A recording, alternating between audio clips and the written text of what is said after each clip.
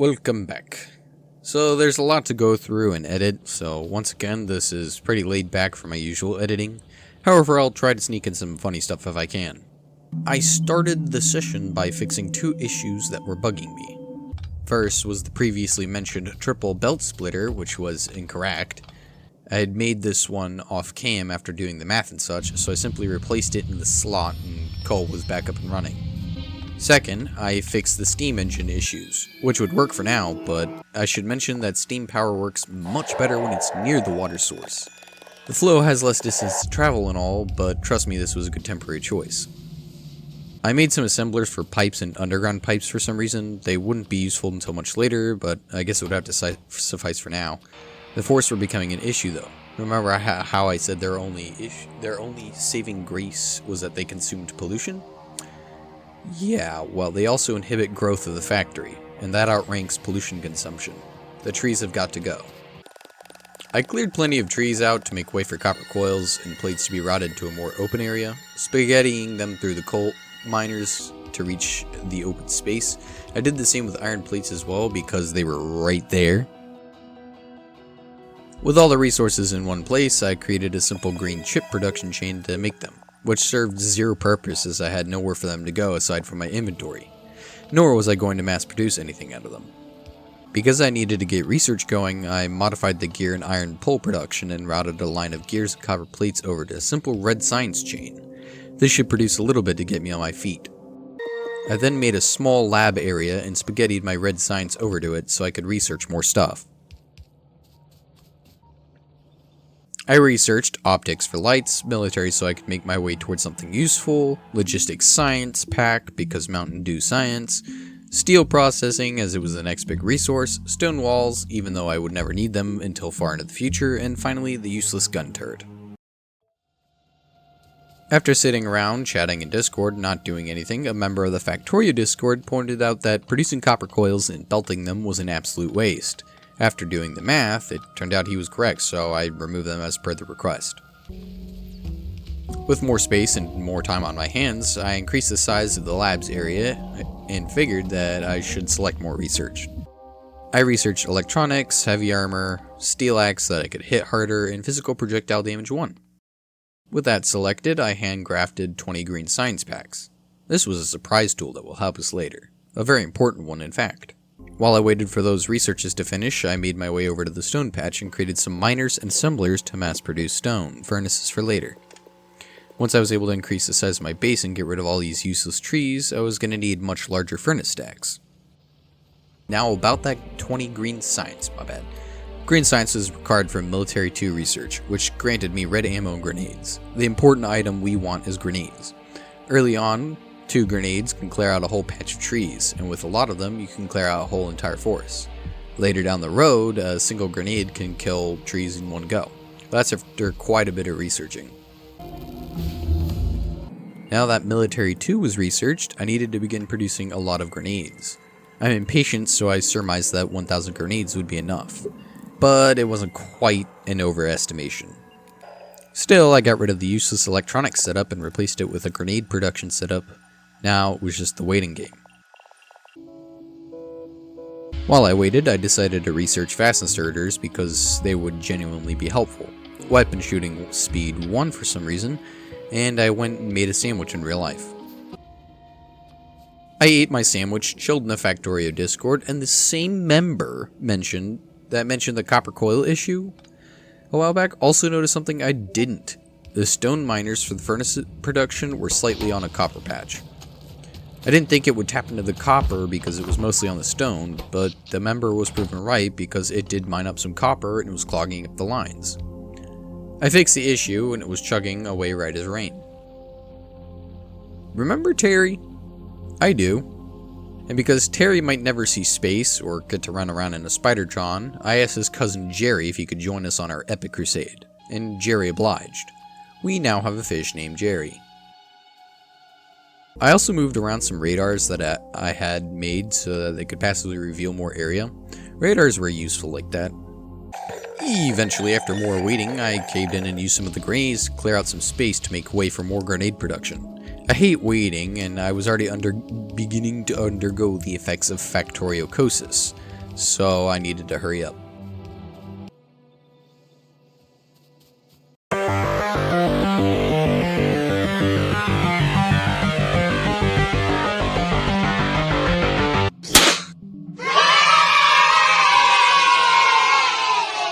The 1,000 grenades finished production, and this meant I could clear out all those trees.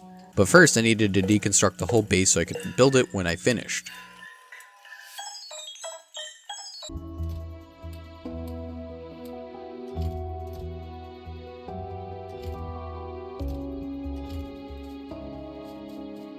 With the base deconstructed, I could finally begin slaughtering the only obstacle in my path of true industrialization, the environment itself.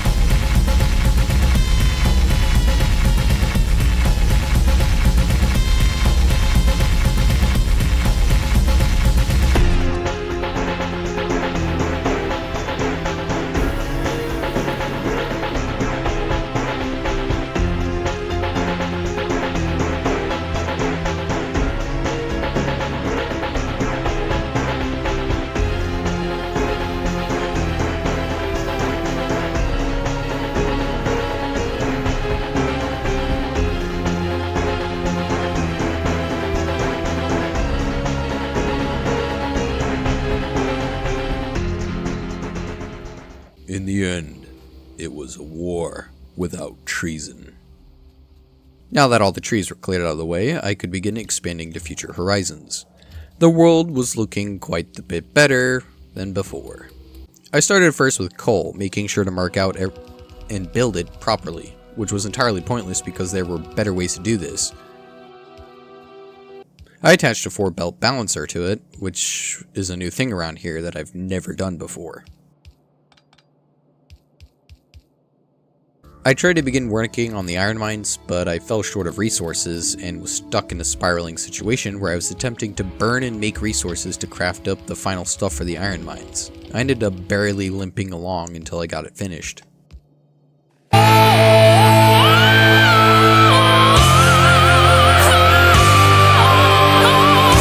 Once the iron was flowing richly, I made an iron furnace stack. I didn't know it at the time of creation, or very far into the future of episode 3, but apparently this single stack can make one whole yellow belt of plates, which would have been nice to know earlier. Trust me, this is a lot of footage to deal with.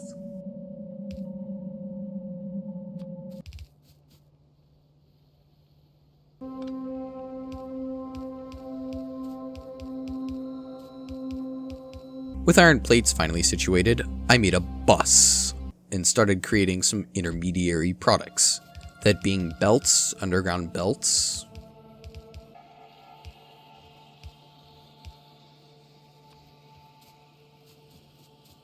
I increased the size of the steam boilers, and I think that's about it. I made the copper smelting stack, but had to stop producing a bunch of extraneous materials to make the actual copper mines. With the materials finished crafting, I made the copper mines, but I did not finish them because I got distracted making a whole bunch of gears for some reason.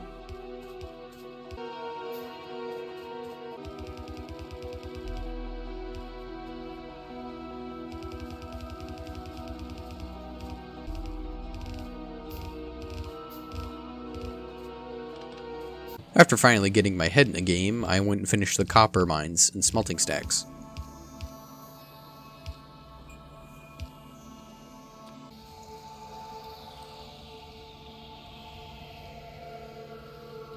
Now I had a decent single yellow belt of plates piling from the stacks. Why is that written like that? Utilizing my knowledge, I created a green chip production stack. However, I am not smart. I have it set to 1 copper coil assembler to 1 green chip assembler, when it should be 3 copper coil assemblers to 2 green chip assemblers. I will never fix this, but I plan to later on when I tear down the old factory and redesign a new one. Now that I had most basic materials on the bus, I created an inserter assembly chain, which was pretty small, but should suffice for supplying me and green science production. In fact, I linked up the inserter lines with the belt lines to create a green science assembler chain. It wasn't properly ratioed, but at this point it's just a starter base. Noting that I had science but no labs, I made a pretty decently huge labs area to start with. When that was finished, I belted over the green science and made some space for red. Speaking of red science, I made a massive red science array and belted its output over to the labs for research.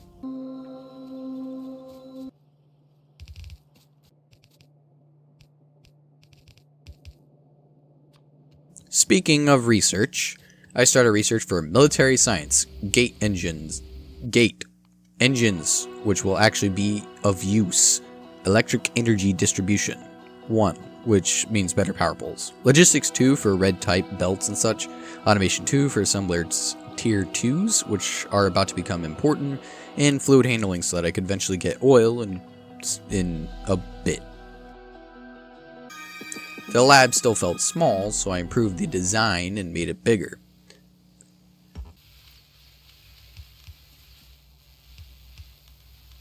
Promptly, also increasing the size of the bus for later automation. Then I did absolutely nothing but goof around for a few minutes. The beginnings of Factorio courses. Factorio courses is what I like to define as, there are things to be done, materials to be automated, machines to improve. But here I stand, doing nothing. It is the mindset of having things to do, but not doing them because you feel like the base is in a fine equilibrium. And this is bad. The research was done, so I researched more things including oil processing for petrol production later on, tool belt for increasing inventory space, automobilism for that cool car, automated rail transport because trains are a need, rail signals, and sulfur processing. I shook off the Factorio courses temporarily and began making a steel production area, which utilized the extra belts of iron ore I was producing. I had to clear out a decent area, and because I got filter inserters from an earlier research, I could make a pretty compact steel furnace stack. I actually designed this mostly by myself, but someone showed me a version that was almost identical to it, and I took a single apart from it to make mine about as compact as that one.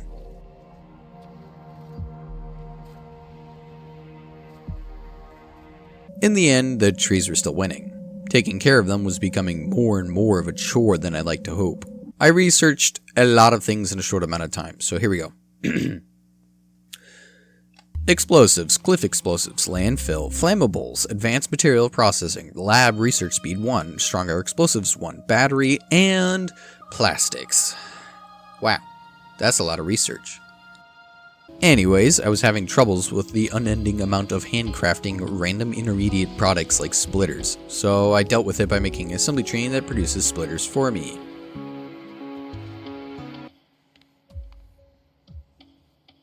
I also added some extra iron miners to the iron mines because I felt like not enough iron was being pumped out.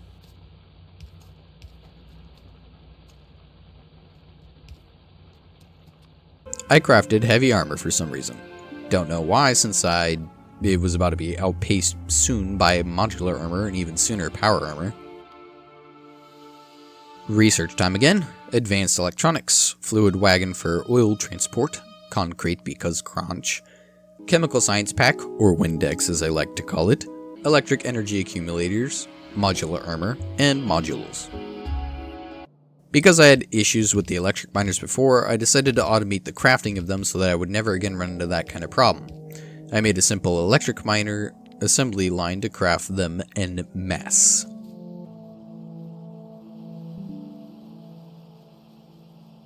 Remember my stone issue? Well, time to get back to solving it again. I needed stone bricks, this time for walls and concrete, therefore I tapped the entire stone deposit and sent it to a small stone brick furnace array. Utilizing my now excessive amounts of stone bricks, I fed them over to an area where I converted them into walls for later uses. I made a simple assembly line to mass produce them. I did the same with concrete, but I also piped in water and iron because concrete requires both to craft.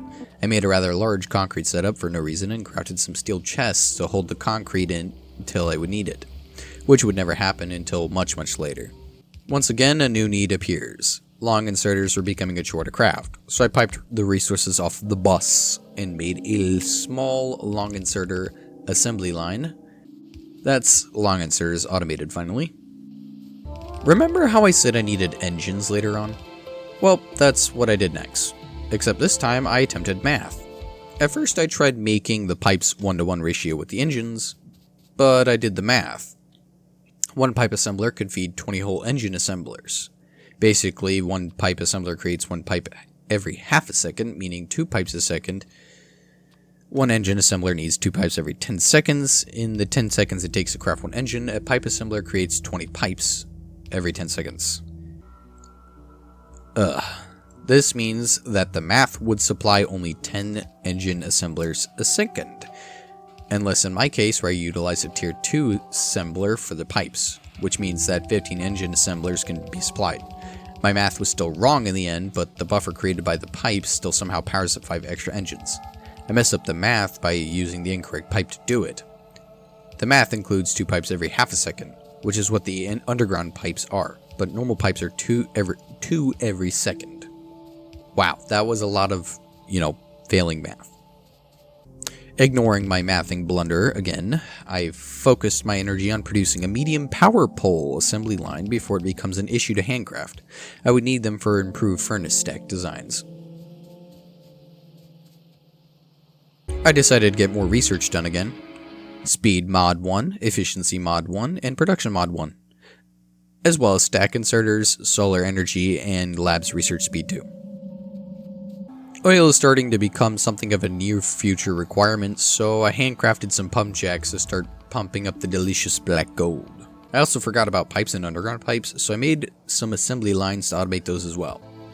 Industrialization is such a beautiful thing. In lieu of normal fashion, I went on a quest for the oil.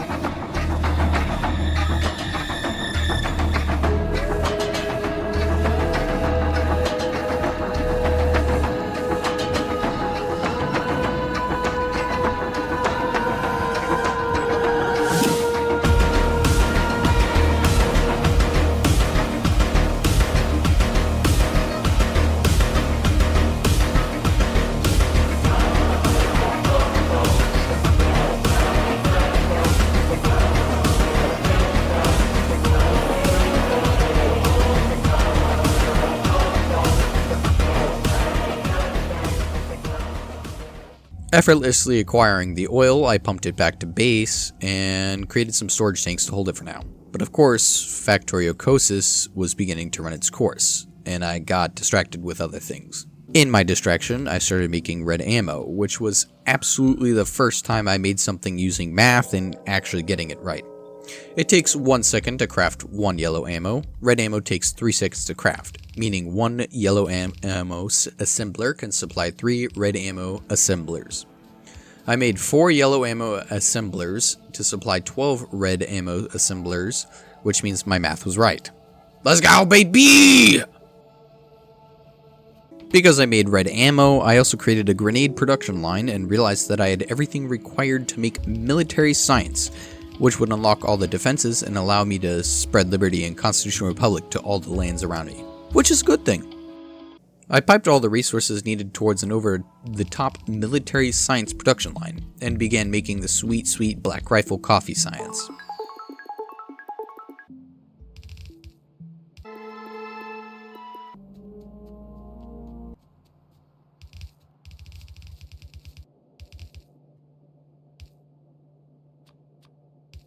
I started the mining productivity research, but was tired, and Factorio was setting in fast. So I ended up logging off. If you liked the video, please subscribe and make sure to hit the like button because it gives me good dopamine boost. Dopamine means more video means more dopamine, and so the cycle continues. Peace!